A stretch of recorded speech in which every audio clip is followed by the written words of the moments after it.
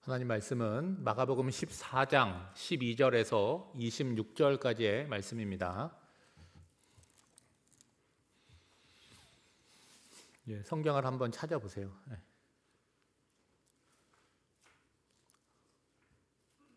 우리 한 절씩 교독하겠습니다. 무교절의 첫날 곧 유월절 양 잡는 날에 제자들이 예수께 여짜오되 우리가 어디로 가서 선생님께서 유월절 음식을 잡수시게 준비하기를 원하시나이까 하매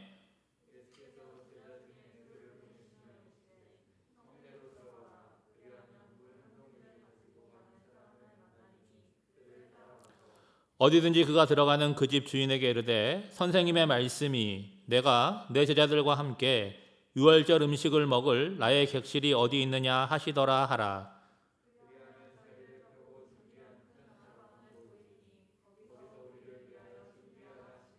제자들이 나가 성내로 들어가서 예수께서 하시던 말씀대로 만나 유월절 음식을 준비하니라.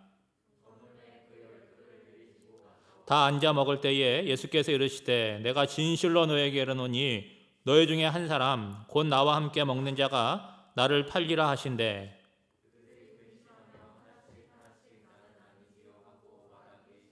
그들에게 이르시되 열둘 중에 하나 곧 나와 함께 그릇에 손을 넣는 자니라.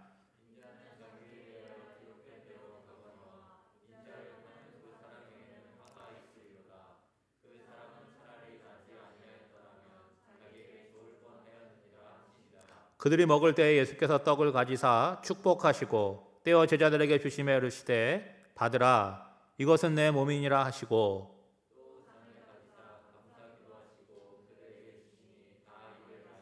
이르시되 이것은 많은 사람을 위하여 흘리는 나의 피 곧 언약의 피니라. 진실로 너희에게 이르노니 내가 포도 나무에서 난 것을 하나님 나라에서 새 것으로 마시는 날까지 다시 마시지 아니하리라 하시니라. 함께 읽겠습니다. 이에 그들이 찬미하고 감람산으로 가니라. 아멘. 우리 청년 여러분 새해 복 많이 받으세요. 여러분 이번 명절에 세뱃돈 받으셨어요? 이게 언제까지 줘야 되는 기준을 모르겠어요. 저는 올해부터 안 줬습니다. 달란 말도 안 하고 그냥 넘어갔는데 여러분은 어떠신지 모르겠어요. 세뱃돈 받으셨으면 헌금하세요. 오늘은 마지막 만찬이라는 제목으로 하나님 말씀을 전하도록 하겠습니다. 오늘 본문은 예수님과 제자들의 유월절 식사하는 내용이 나오고 있어요. 그리고 이 내용은 예수님과 제자들의 마지막 식사입니다. 그래서 최후의 만찬이라고 불리기도 하지요. 코로나 때문에 우리가 지금 성찬 예식을 거행하지 못하고 있는데 과거에 우리가 성찬 예식 하지 않았습니까? 그 성찬 예식의 원형, 기원이 되는 본문이기 때문에 매우 중요한 내용이에요. 오늘 본문은 이렇게 시작하지 않습니까? 무교절의 첫날, 곧 유월절 양 잡는 날에 여러분 우리가 유대인의 문화를 알아야 되는데 유대인의 명절 가운데 유월절이 있고 무교절이라고 하는 게 있어요. 사실 구별하기는 좀 그런데 무교절이라고 하는 절기가 한 8일 정도 진행이 되는데 무교절의 첫날, 이 날이 유월절이에요. 그러니까 유월절은 무교절의 첫날이고 그 이제 한 주간이 이제 무교절이 되는데 이 유월절이라고 하는 것은 이스라엘 백성들이 과거에 애굽에서 노예 생활을 했잖아요. 그때 하나님께서 그들을 해방시켜 주시고 구원해 주셔서 가나안 땅으로 인도해 주셨어요. 그러니까 그것을 기억하고 기념하는 절기가 바로 유월절이고 무교절이라고 하는 거죠. 어떻게 이 유월절을 기억을 할까요? 무교절을 어떤 방식으로 기억할까요? 여러분 이번 명절에 이렇게 가족들이 좀 확대돼서 모인 분도 있을 것이고 명절이지만 안 모이고 자기 가족끼리만 한 사람도 있을 거예요. 여러분 명절이라고 하는 게 다른 날과 뭐가 다릅니까? 먹는 게 다르잖아요. 그러니까 명절에만 먹는 음식이 있잖아요. 이 설 명절 같은 때는 뭐 먹죠? 떡국을 먹어요. 그렇죠? 그리고 추석 때는 송편을 먹고 그 먹는 게 있어요. 그러니까 이스라엘 백성들도 유월절을 기억한다고 할 때 음식으로 기억을 하는 거죠. 유월절에 뭘 먹냐? 어린 양을 잡아서 그 고기를 먹는 거예요. 왜 어린 양을 잡아 먹느냐? 여러분 출애굽기를 보면 이스라엘 백성들을 출애굽시키기 위해서 애굽 땅에 10가지 재앙을 내립니다. 그 마지막 재앙이 뭡니까? 애굽에 태어난 모든 처음 난 것들은 사람이나 짐승이나 다 죽는 거잖아요. 그러니까 이스라엘 백성들도 그 땅에 살았으니까 처음 난 것들은 죽어야 마땅할 텐데 하나님께서 이스라엘 백성들에게는 따로 알려주셨어요. 어린 양을 잡아라. 그리고 그 피를 문 입구에다가 발라놔라. 그러면 살게 될 것이다. 정말 죽음의 사신이 이 피를 바른 집들은 다 넘어갔잖아요. 그래서 이스라엘 백성들은 다 무사했습니다. 그거를 기념해서 유월절에는 어린 양을 먹는 거예요. 그리고 유월절에는 평소와 다른 빵을 먹는데 무교병을 먹습니다. 무교병이라고 하는 것은 누룩이 들어가지 않는 빵이에요. 여러분, 누룩을 넣는 이유가 뭐예요? 누룩을 넣으면 이 밀가루 반죽이 부풀잖아요. 그럼 빵이 좀 부드럽고 맛있게 되는데 누룩을 넣게 되면 발효하는 시간이 걸려요. 근데 출애굽을 하는 마당에 애굽을 떠나야 되는데 그런 시간적인 여유가 없어요. 그러니까 누룩을 넣지 않았다라고 하는 것은 뭘 얘기하느냐? 빠른 구원의 신속성을 이야기한다는 거예요. 그리고 유월절에는 어떤 음료를 마시냐면 포도주를 마십니다. 이 포도주는 자유인, 구원받은 기쁨이 거기에 포함되어 있는데 유월절 식사에서는 총 4잔을 마시게 돼요. 그 4잔을 언제 마시게 되냐면 제가 좀 설명해 드릴 테니까 암기할 필요는 없습니다. 그렇게 이스라엘 백성들은 유월절을 보내는구나, 그렇게 생각을 하시면 돼요. 첫 번째 잔을 따릅니다. 포도잔을 따르면 그 집안, 유월절 식사를 함께하는 집안의 가장 어른, 그 사람이 미리 준비된 기도문, 축복문을 낭독을 하는 거예요. 그러면서 이제 유월절 식사가 시작이 되는 거죠. 그리고 나서 첫 번째 포도잔을 마시고 나서 손을 씻어요. 그리고 쓴 나물을 먹는데 이 나물을 삶거나 데치거나 양념해서 먹는 것이 아니라 날 것 그대로 먹는 거죠. 그러니까 쓴맛이 어떻겠어요? 굉장히 쓴맛이 나겠죠. 근데 그 쓴 나물을 그냥 먹는 것이 아니라 소금물에 2번 찍어서 먹는 거예요. 이것도 의미가 있습니다. 쓴 나물을 먹는 이유는 과거에 애굽에서 종살이를 할 때 여러분 하루 종일 노동을 하면 입맛이 어떻게 해서요? 쓰지 않겠습니까? 그 쓴 것을 상징하는 거예요. 그리고 소금물에 2번 찍어 먹는 건 뭐냐면 애굽에서 고된 노역을 하고 출애굽해서 홍해바다를 건너가야 될 때 그들이 흘렸던 눈물, 이것을 소금물로 대체를 해서 그들이 쓴 나물을 소금물에 찍어 먹으면서 그때를 기억을 하는 거죠. 그리고 이제 2번째 잔을 따르는 거예요. 2번째 잔을 따른 다음에는 어떤 일을 하게 되냐면 집안에 보면 어린 아이들이 있잖아요. 명절에 어린 아이들이 모이지 않습니까? 어린 아이들 가운데 유치원 다니는 아이들이 있어요. 가장 어린 아이들. 그 아이들이 4가지 질문을 하게 됩니다. 왜 이 밤에 무교병을 먹어야 됩니까? 딱딱하고 맛이 없잖아요. 그리고 왜 쓴 나물을 먹어야 됩니까? 그리고 쓴 나물을 왜 소금물에 찍어 먹어야 됩니까? 그리고 왜 비스듬히 누워서 식사를 하는 것입니까? 라는 질문을 하는 거예요. 이제 비로소 그 집안의 어른이 과거 우리 조상들이 애굽 땅에서 노예 생활을 하다가 출애굽하게 된 그 이스라엘 역사에 대해서 이야기를 이제 하게 되는 것이죠. 그러면서 이제 2번째 잔을 마시게 되는데 여러분, 유월절 절기를 대대로 지키라고 하는 목적 자체가 바로 다음 세대들에게 이 구원의 역사, 출애굽의 역사를 교육하려는 목적이 있습니다. 여러분, 출애굽 때는 어떤 식으로 음식을 먹었냐면 허리띠를 조였어요. 신발에 신을 신었습니다. 그리고 손에 지팡이를 집었어요. 이게 무슨 자세입니까? 이제 문을 열고 나가서 출발하려고 하는 모든 자세를 갖추고 음식을 급하게 먹었어요. 근데 지금은 어떻게 먹는 거예요? 비스듬히 누워서 이렇게 머리를 받치고 음식을 먹는 거예요. 왜 그렇게 먹을까요? 이제는 종이 아니에요. 이제는 노예가 아닙니다. 이제는 자유인이에요. 그러니까 여유 있게 비스듬히 누워서 음식을 먹는다라고 설명을 하는 거죠. 그리고 3번째는 현재를 축복하는 잔입니다. 2번째 잔은 과거를 기억하는 잔이고 3번째는 현재를 축복하는 잔인데 이제 무교병을 먹는 거예요. 여러분, 무교병이라고 하는 동그란 전병처럼 생겼는데 여기다가 쓴 나물을 가운데 넣어가지고 이걸 반을 접어서 먹는 거예요. 소스를 찍어 먹는데 이때 하로셋 소스라고 하는 소스를 찍어 먹는데 이 하로셋 소스는요, 과일을 이렇게 짓으게 가지고 만들어 놓은 소스인데 색깔이 어떤 색깔이냐면 여러분이 앉아있는 의자 색깔이에요. 그러니까 벽돌 색깔이라 그러죠. 왜 이 소스에 찍어 먹을까요? 이스라엘 백성들이 애굽에서 종살이 할 때 뭐 만들었어요? 벽돌 만들었잖아요. 지긋지긋하게 벽돌을 만들었어요. 그것 때문에 힘들었어요. 그것을 기억하는 거죠. 그래서 먹는 거예요. 그리고 주식인 양고기를 먹게 되는 거죠. 그리고 마지막으로 네 번째 잔을 먹게 되는데 그 네 번째 잔은 이제 미래를 축복하는 잔이 되는 거예요. 그래서 이 네 번째 잔을 먹은 다음에는 뭘 하냐? 찬송을 부르게 됩니다. 그래서 여러분 시편 113편에서 118편으로 찬양을 하고 이제 유월절 식사를 마치게 되는 거예요. 제가 왜 이걸 설명해 드리냐면 오늘 본문의 구조가 이 유월절 식사의 형식을 따라 진행되고 있다는 거예요. 그래서 여러분 오늘 본문의 마지막 절인 26절을 보면 네 번째 잔을 마신 후에 나타나는 것처럼 뭐 하는 거예요? 찬미하고 감람산으로 갔다고 그렇게 기록하고 있는데 무엇으로 찬미를 했을까? 시편 113편에서 118편의 가사를 갖고 찬미를 했다. 그렇게 생각을 할 수가 있겠죠. 지금 예수님께서 베푸시는 유월절 식사의 자리는 마지막이잖아요. 왜 마지막입니까?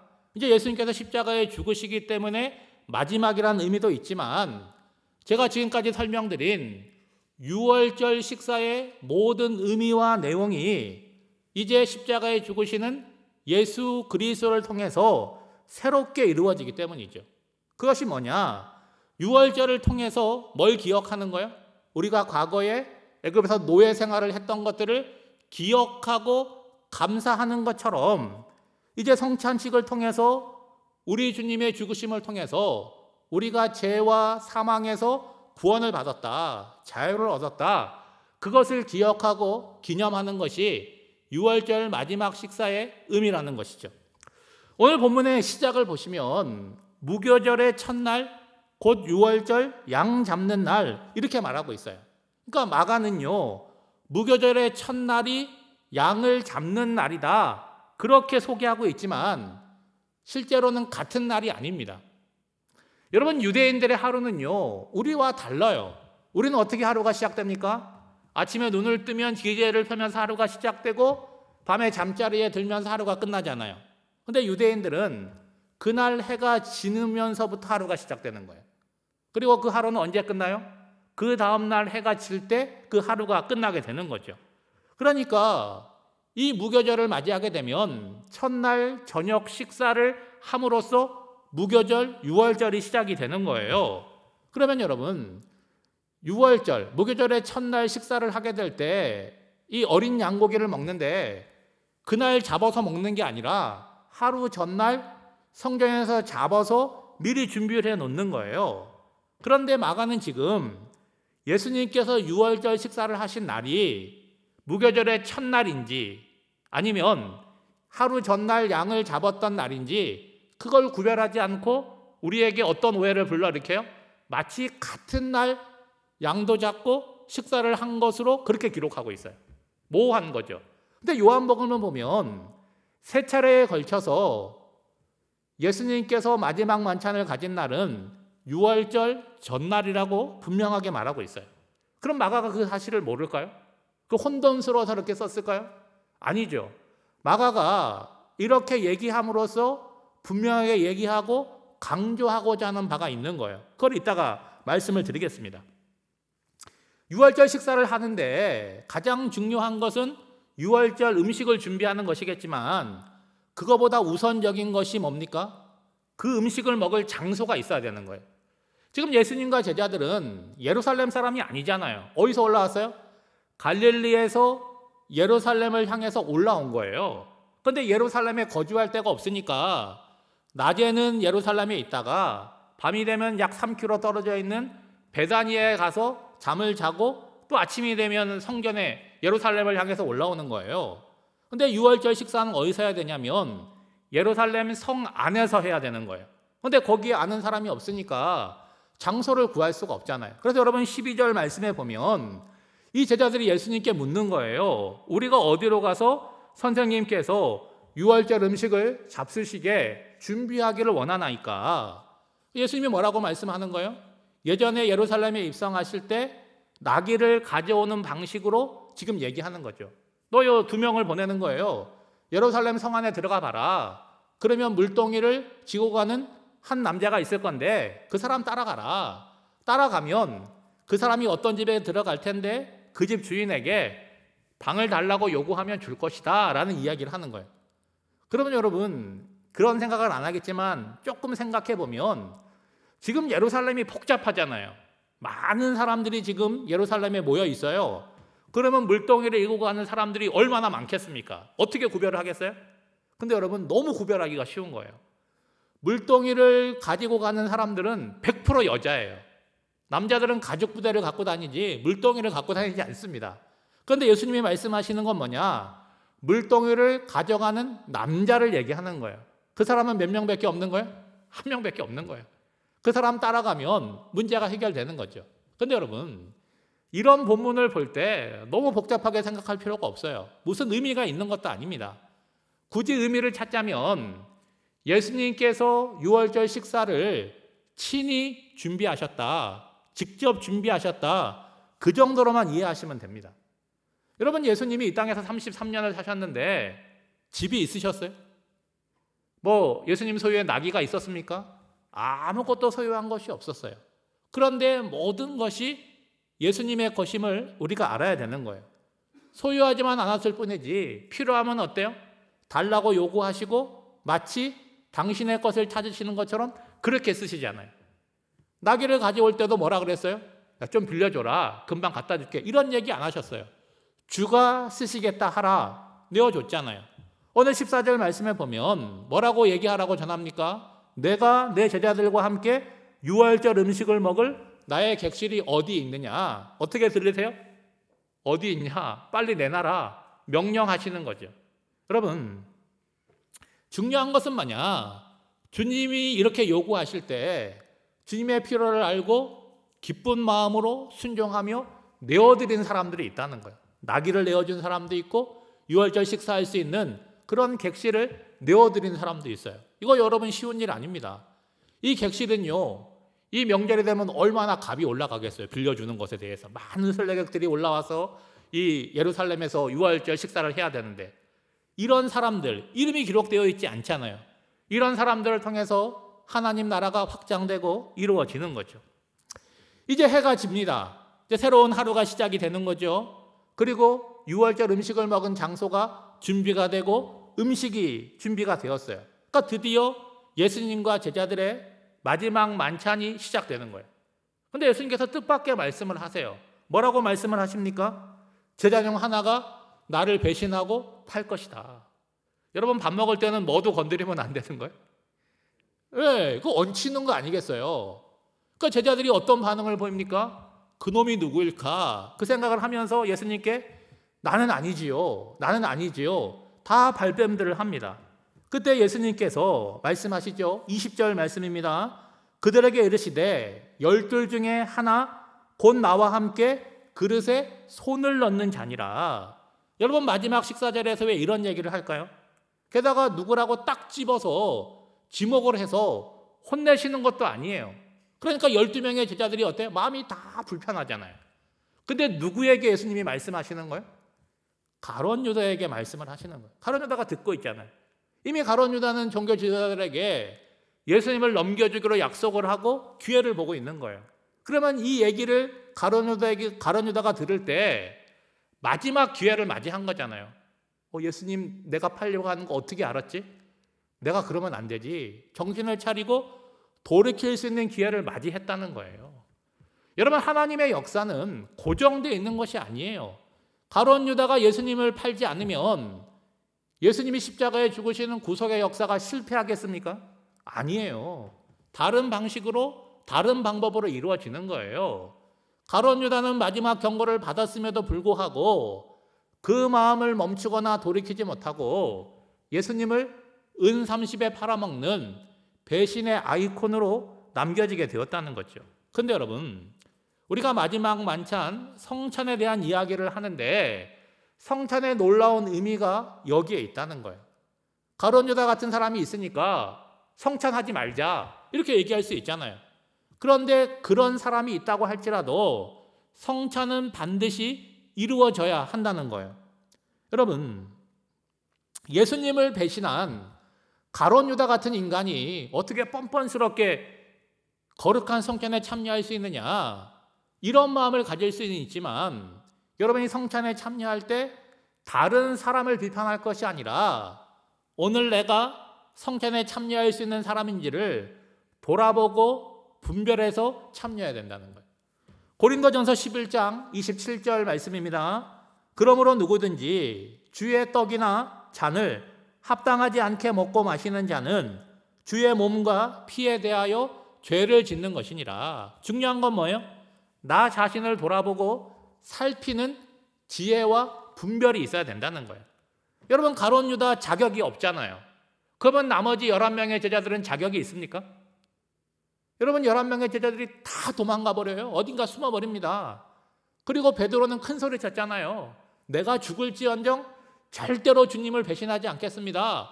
큰 소리 쳤는데 그 입에 침도 마르기 전에 예수님을 모른다고 3번이나 아주 강하게 부인하고 말았다는 거예요.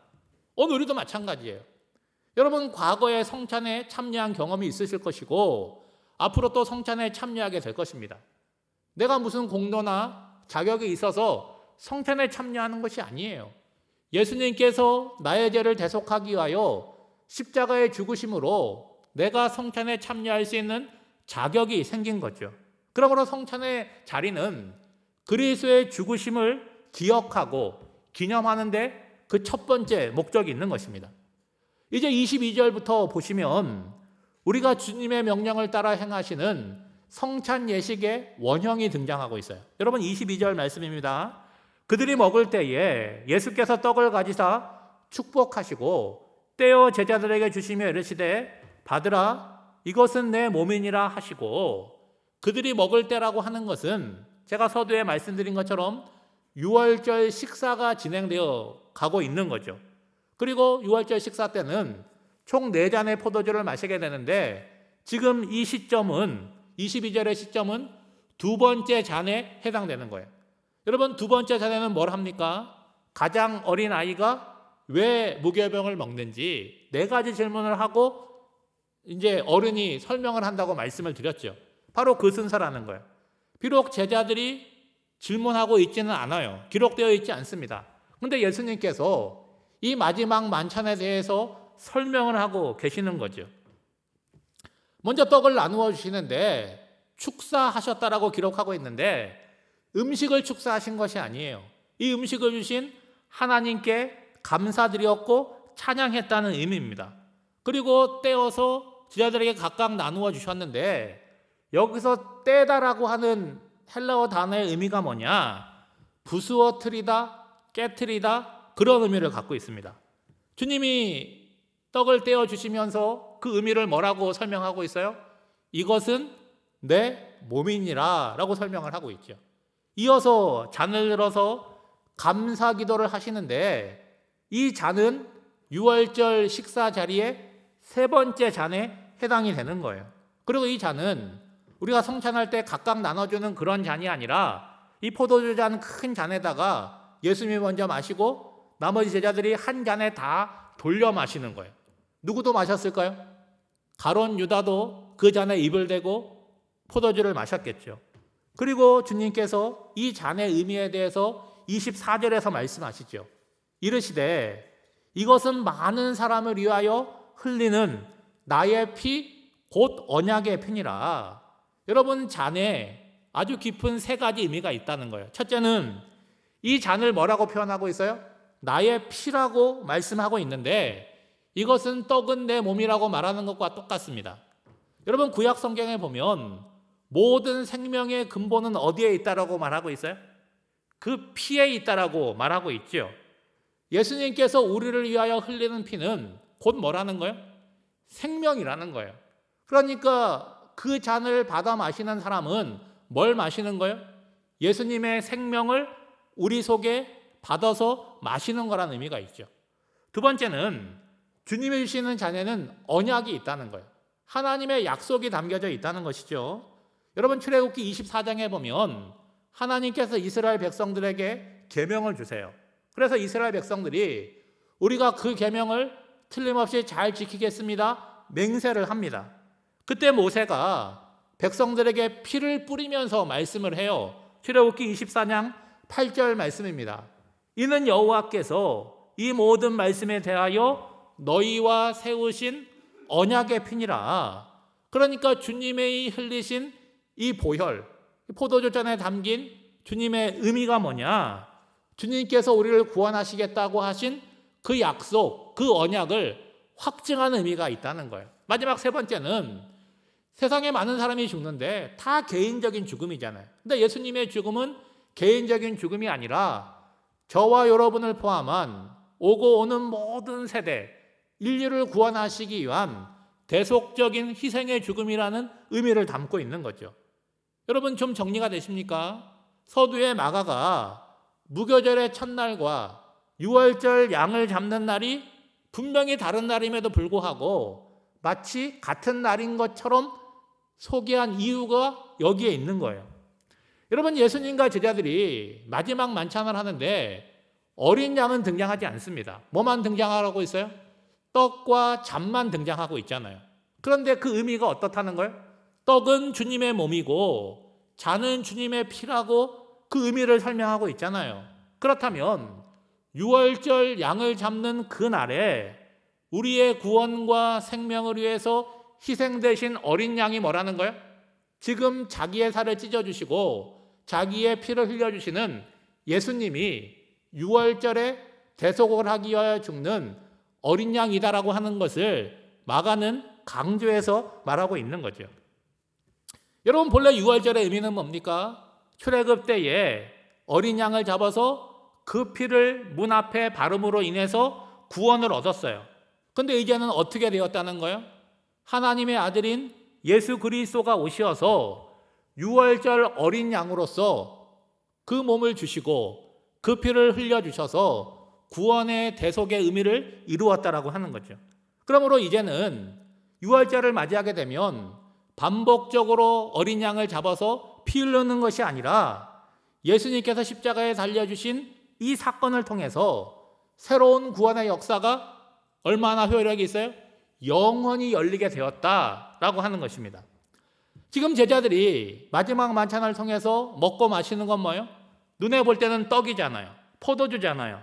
그렇지만 그 의미는 뭡니까? 유월절 어린 양으로 우리에게 오신 예수님을 먹고 마시는 아주 놀랍고도 깊은 의미가 있는 자리라는 거예요. 그러므로 우리도 주님이 베푸시는 식탁의 자리, 곧 성찬의 자리에서 떡과 포도주를 받게 되지 않습니까? 그것은 나를 위하여 세상에 오시어서 십자가에서 물과 피를 다 쏟으신 예수님의 사랑을 기억하고 내가 얼마나 존귀한 존재인지를 확인하고 기억하고 결단하는 순간이 되어야 한다는 거예요.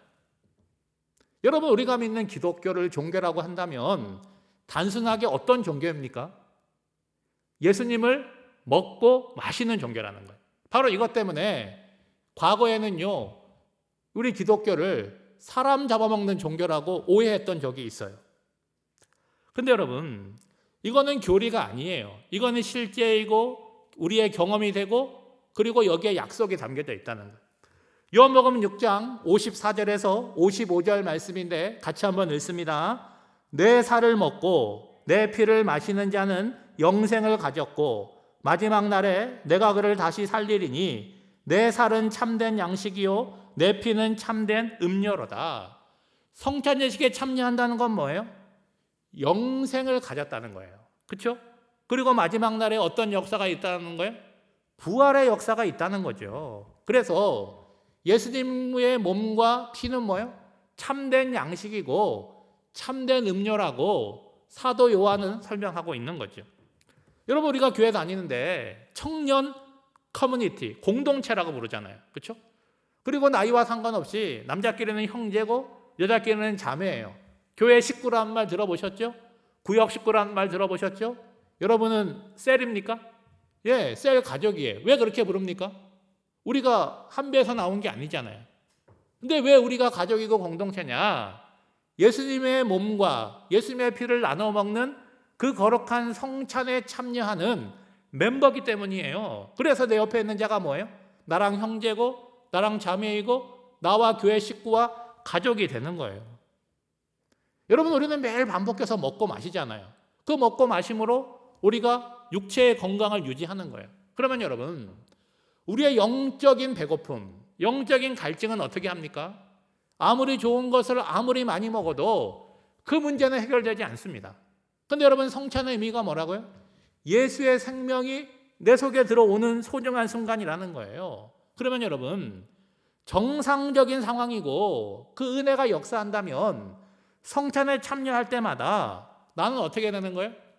예수님의 생명으로 충만해진다는 거예요. 그래서 사도 요한은 성찬의 중요한 의미를 그리스도와의 연합이라고 설명을 하는 거예요. 여러분, 요한복음 6장 56절 57절 말씀 같이 읽습니다.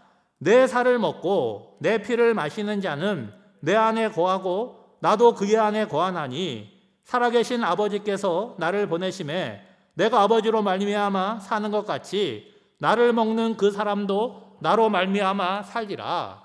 여러분, 56절 57절 말씀을 여러분 밖에서 귀 기울여 가지고 하는 걸 들었다고 해보세요. 믿음도 없고 신앙도 없는데 이것들이 살을 먹고 피를 마시고 막 그렇게 하면은 오해할 만하지 않겠습니까? 여러분, 코로나로 인해서 우리가 성찬 예식을 지금 못하고 있어요. 그런데 많은 성도님들, 많은 청년들이 과거에 성찬 예식에 참여하면서도 그렇게 큰 의미를 부여하지 않고 참여했을 거예요. 제가 그런 얘기 들었거든요. 아유, 포도주 너무 조금 줘. 포도주가 너무 독해. 또 어떤 사람은 포도주가 너무 싱거워. 심지어 어떤 사람은 뭐라 그러는지 알아요? 우리에게 포도주 되게 맛있다? 그런 얘기를 합니다. 아무 성찬의 의미를 모르고 하는 이야기가 되는 거죠. 여러분, 이제 곧 다시 성찬 예식이 거행되게 될 때 오늘 본문을 통해서 말씀하시는 성찬의 의미를 깊이 여러분 기억하시길 바랍니다. 성찬의 의미가 뭐라고요? 우리가 예수 그리스도로 인해서 구원과 생명을 얻었다는 거예요. 그래서 우리가 성찬에 참여할 수 있는 멤버로서의 자격을 얻은 거예요. 따라서 하나님의 자녀가 되었기 때문에 하나님의 자녀로서 그리스도와 연합한 자로 살겠다고 하는 다짐이 성찬 예식을 통해서 어떻게 해요? 다시 기억되고 다시 확인돼야 되고 다시 결단돼야 된다는 거예요. 식사 후에 예수님께서 제자들에게 이렇게 말씀하십니다. 25절이에요. 진실로 너희에게 이르노니 내가 포도나무에서 난 것을 하나님 나라에서 새 것으로 마시는 날까지 다시 마시지 아니하리라 하시니라. 여러분, 어떻게 들립니까? 이제 예수님 포도주 끊었다, 안 먹는다, 그런 얘기로 들리십니까? 거기에 강조점이 있는 것이 아니에요. 장차 이 땅에 이루어질 하나님의 나라에 대한 소망에 대해서 말씀하고 있습니다. 이제 이 마지막 만찬 후에 예수님은 잡히시죠. 그리고 재판을 받으시죠. 그리고 십자가에 못 박혀 죽으실 것입니다. 세상에서는 죽으면 끝이라고 얘기하지만 이제 예수님은 십자가의 죽음으로 끝이 아니라 예수님을 통해서 시작된 하나님의 나라가 예수님의 죽음을 통해서 확장되고 전파되게 된다는 거예요. 누구를 통해서 그런 일이 일어난다는 거예요? 지금 마지막 만찬의 자리에서 예수님의 몸과 피를 받아서 먹고 마신 제자들을 통해서 이루어진다는 거예요. 근데 여러분, 본문의 상황으로 보면 그게 가능하겠습니까? 12명의 제자인데 한 놈은 뭐 한 거예요? 예수님 배신하고 팔아먹었어요. 한 놈은 뭐 했어요? 예수님 모른다고 머리를 흔들면서 부인했어요. 나머지 10놈은 어떻게 됐어요? 다 두려워서 도망가서 숨었어요. 아무것도 되지 않을 것 같은, 실패해버린 것 같은 그런 상황이지만 이제 예수님의 십자가에 죽으시고 부활하셔서 제자들을 만나주시잖아요. 그래서 사도행전 2장에 보면 오순절 성령 강림의 사건이 일어나게 됩니다. 똑같은 제자들, 외모가 똑같아요. 근데 전혀 다른 사람이 되잖아요. 그들이 이제는 목숨을 걸고 예수의 죽으심을, 예수의 부활하심을 널리 전파하는 사람이 된 거예요. 지금은 12제자가 없지만 어떻게 계속 이어지고 있는 거예요? 그렇게 예수님께서 명령하신 성찬의 자리에 참여한 사람들을 통해서 계속해서 연결되고 이어지고 오늘 우리까지 오게 된 거예요. 여러분, 고린도전서 11장 26절 말씀입니다.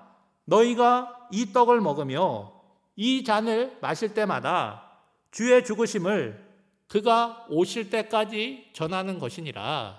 사랑하는 청년 여러분, 우리가 성찬에 참여하는 성찬의 사람으로서 사명이 있다는 거예요. 그 사명이 뭡니까? 주의 죽으심을, 또 주의 부활하심을, 주님의 역사하심을, 주님이 다시 오시는 재림의 날까지 뭐 한다고요? 전파하는 사명을 받았다는 거예요. 여러분 어떻게 하시겠습니까? 오늘 여러분이 살아가는 삶의 자리에서 한 사람의 그리스도인으로서, 한 사람의 예수를 믿는 청년으로서 반듯하게 살아감으로 주의 죽으심을 전하는 것입니다. 그 사명을 잘 감당하는 우리 청년 공동체의 멤버들 되시기를 주님의 이름으로 축원드립니다. 기도하겠습니다. 하나님 아버지, 독생자 그리스도를 이 땅에 보내주시어 나의 죄를 대속하여 주심을 감사드립니다. 나 자신이 하나님 앞에 얼마나 존귀한 존재인지를 알고 그 값어치를 감당하며 살아가게 하옵소서. 우리가 드리는 신앙 고백이 말로만 하는 것이 아니라 우리 안에 거하시는 주님으로 말미암아 진실하고 거룩하게 하시고 주님을 영광스럽게 하는 성찬의 사람으로 오늘을 살아가게 하옵소서. 예수님의 이름으로 기도하옵나이다. 아멘.